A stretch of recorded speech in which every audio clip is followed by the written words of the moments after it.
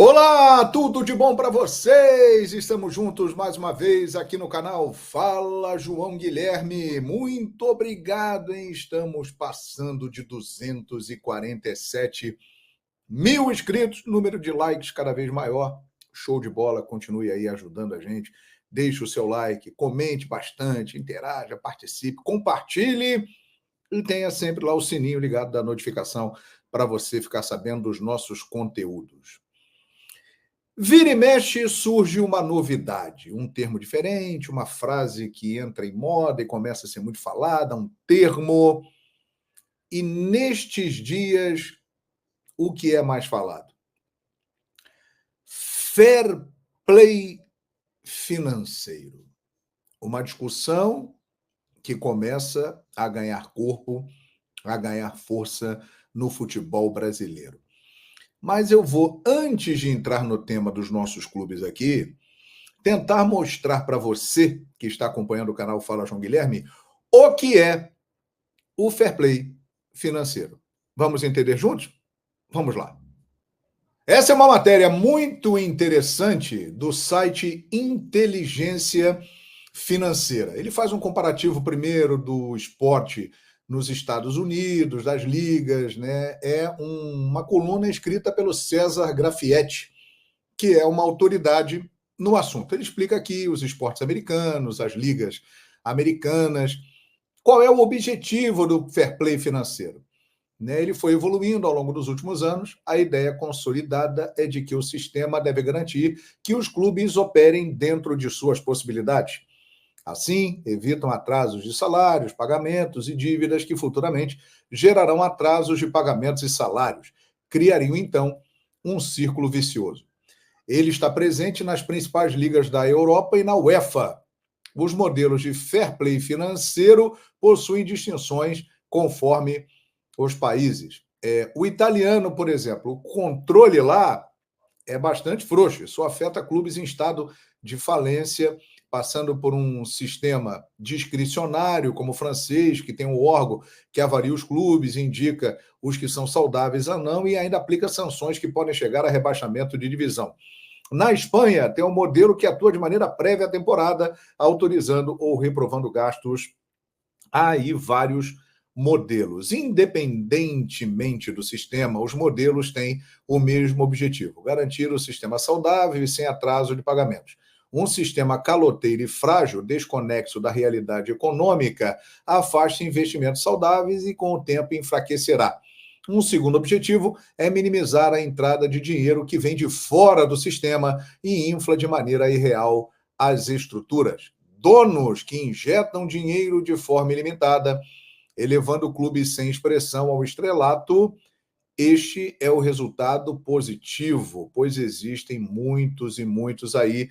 O outro lado da moeda: donos que aportam muito dinheiro por um período curto, sem sucesso esportivo, e depois largam os clubes endividados e que invariavelmente acabam falindo. Aí ele traz aqui alguns métodos. A Inglaterra, Premier League: controle de prejuízo máximo, limite de cobertura de prejuízo com capital, evitar excesso de aportes dos acionistas, evitar perdas e atrasos. Espanha, La Liga: evitar perdas e atrasos. Alemanha, Bundesliga, também atrasos e perdas. Itália, Série A: evitar dívidas em atraso. França, controle da saúde financeira dos clubes. Portugal, Primeira Liga: evitar atraso de pagamentos. E ele diz aqui: no Brasil não temos controle de nada. Apesar do licenciamento abarcar os demais critérios, na parte financeira não há controles, né? Então, é nesse ponto aqui que eu quero chegar. Não temos controle de nada no Brasil. E, recentemente, foi aprovada a lei das SAFs, a Sociedade Anônima do Futebol. Isso permitiu que clubes enormes, de muita história, de grandes torcidas, de muita tradição no futebol brasileiro, mas que estavam numa situação falimentar, essa é a realidade. Esses clubes tivessem uma nova vida. O caso de maior sucesso aqui no futebol brasileiro é indiscutivelmente o Botafogo, que tem John Textor, bilionário americano, dono da Eagle Roads, que tem alguns times espalhados pelo mundo, além do Botafogo, tem o Lyon na França, tem também uma equipe na Bélgica, Crystal Palace na Inglaterra, tem interesse em outras equipes. O John Textor é aquele que está fazendo mais sucesso nesse modelo de SAFs no Brasil. Tivemos o Cruzeiro, né, com Ronaldo, e agora Pedrinho, que é o dono da SAF cruzeirense. O Vasco da Gama é o exemplo de uma SAF mal sucedida, através do grupo 777. Acabou indo para a justiça, esse grupo que acabou deixando problemas em várias partes do mundo por onde passou, saiu no Vasco, a discussão ainda está na esfera judicial, e o Vasco procura um novo caminho. Tem a SAF do Bahia, que é um clube que não estava tão endividado quanto Vasco, Botafogo e Cruzeiro, mas buscou se juntar a um grupo que tem muito know-how, que é o Grupo City, com equipes espalhadas pelo mundo afora, a mais famosa delas, o Manchester City. E outros modelos de SAF por aí. O que eu quero dizer é o seguinte, exatamente por não ter controle de nada, é que as SAFs chegaram ao Brasil como uma maneira de salvar essas equipes. E dentro das SAFs, quem comprou precisa fazer investimentos e também cumprir as suas obrigações, como pagar a dívida, melhorar a saúde financeira. John Textor fez o maior investimento da última janela de transferências, algo em torno de 233 milhões de reais. E o presidente do Flamengo, Rodolfo Landim, incrementou essa discussão. Por quê? O Flamengo, ele não é SAF.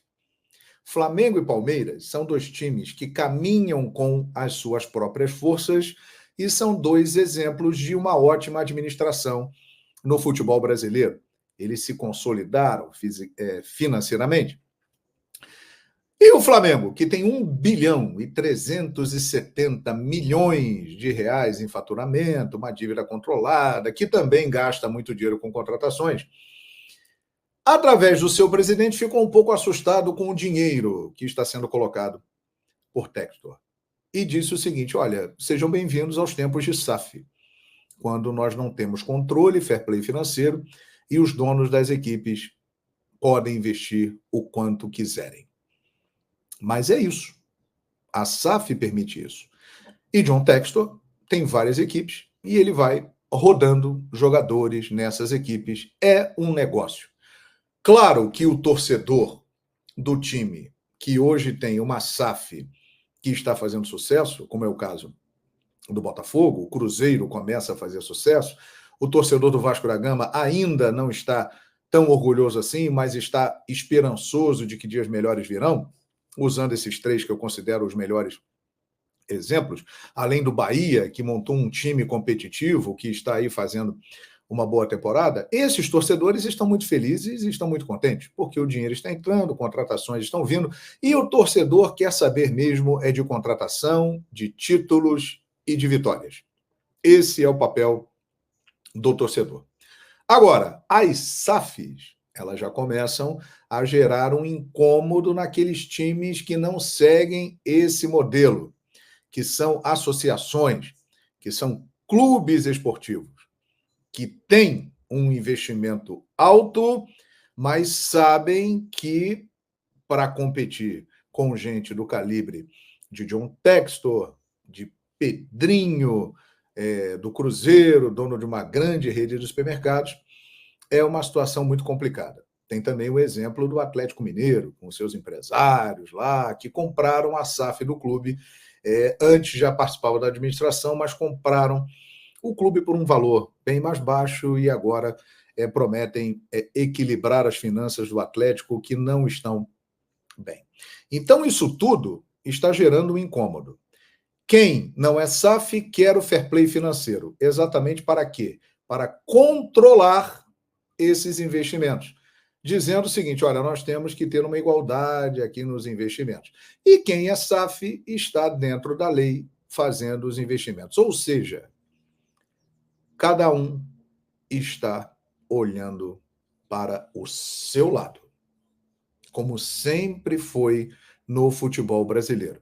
Vale lembrar que SAFs ou investimentos de patronos, de gente que colocou dinheiro, isso é muito comum no mundo do futebol.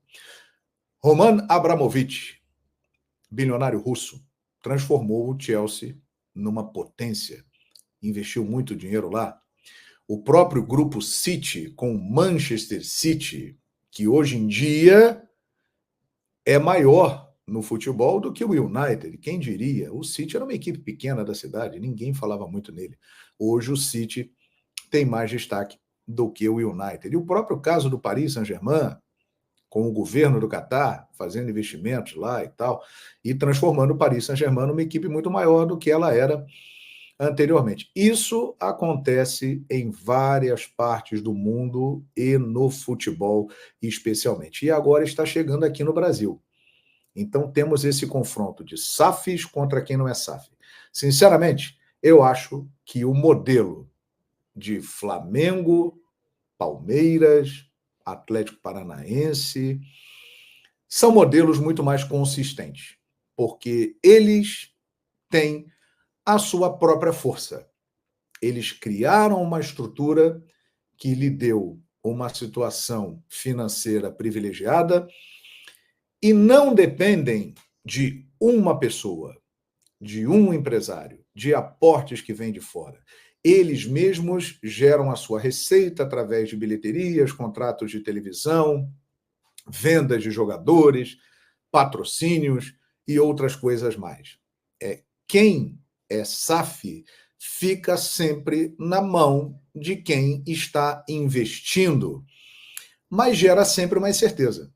Por melhor que seja, num determinado momento pode achar que não é mais interessante fazer aquele investimento, ou então reduzir a folha, ou então vender. Isso pode acontecer. Então a SAF, ela é válida para aqueles que estavam precisando de ajuda e estão sendo ajudados, na maioria dos casos, mas cria essa situação de você ter um empresário no controle de tudo. Os clubes que estão estruturados são muito mais sólidos no meu modo de ver. O que eu acho é que cada um está defendendo o seu interesse. E fica claro que John Textor está incomodando muita gente, inclusive o bilionário Flamengo. Vamos ver os próximos capítulos dessa história. E aí, o que você acha, hein? Você é a favor da SAF? Você acha que é melhor o seu clube não ser SAF e ter uma estrutura financeira própria? Qual é a sua opinião? Deixa aí o seu comentário neste vídeo, deixe o seu like, comente, compartilhe e se inscreva no canal Fala João Guilherme. Meu amigo, e meu amigo e minha amiga SAF contra a Associação Esportiva. É o novo clássico do nosso futebol. Até o próximo vídeo aqui no canal Fala João Guilherme.